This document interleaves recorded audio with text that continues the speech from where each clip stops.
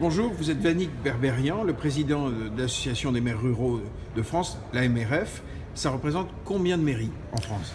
Ça représente 10 000 communes, maires, conseillers municipaux et adjoints.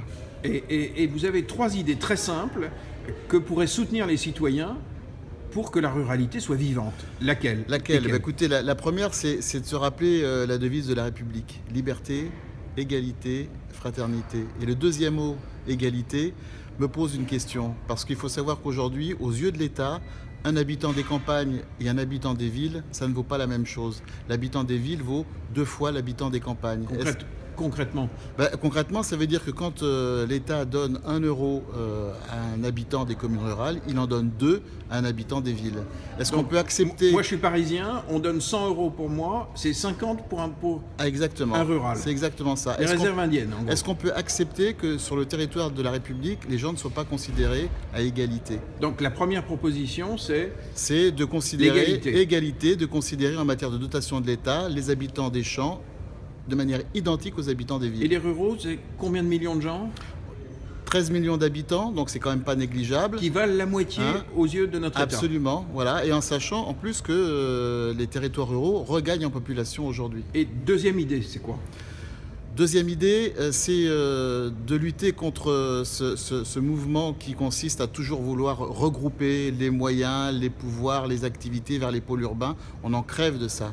Nous, ce que nous voulons, c'est un rééquilibrage, un aménagement du territoire qui tienne compte de ce que les gens ont envie de vivre et de leurs conditions de vie. Pour qu'on vive mieux. Qu'on vive mieux, voilà, il faut faire un équilibre, un meilleur équilibre du territoire. Quand vous avez des gens qui se tapent 1h30 de trajet à l'aller et au retour dans des conditions inhumaines, elles n'aspirent qu'à une chose, c'est de pouvoir vivre dans d'autres conditions. Les territoires ruraux sont en capacité d'accueillir ces populations. Et la troisième idée?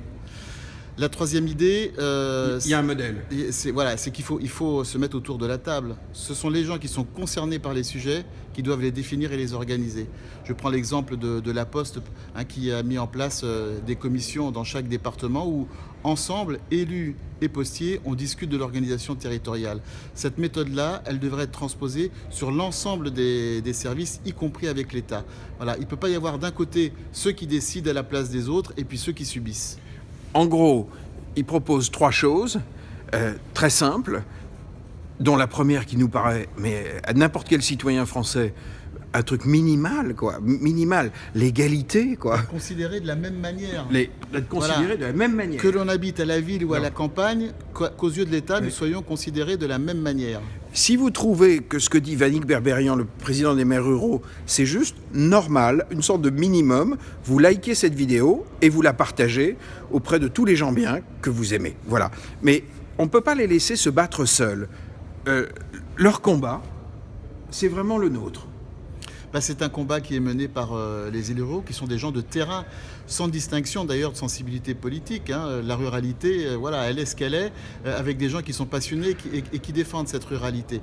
Moi, je vous parie que dans le débat présidentiel qui va commencer bientôt, qui a déjà commencé, la place de la ruralité sera enfin mise en question. C'est une nécessité. Mais à condition que nous, citoyens, on fasse notre part, qu'on vous soutienne. Voilà. C'est indispensable. Je veux dire, ça fait 30 ans qu'on a abandonné les territoires ruraux. La classe politique dans son ensemble, la technostructure dans son ensemble ne considère pas la ruralité.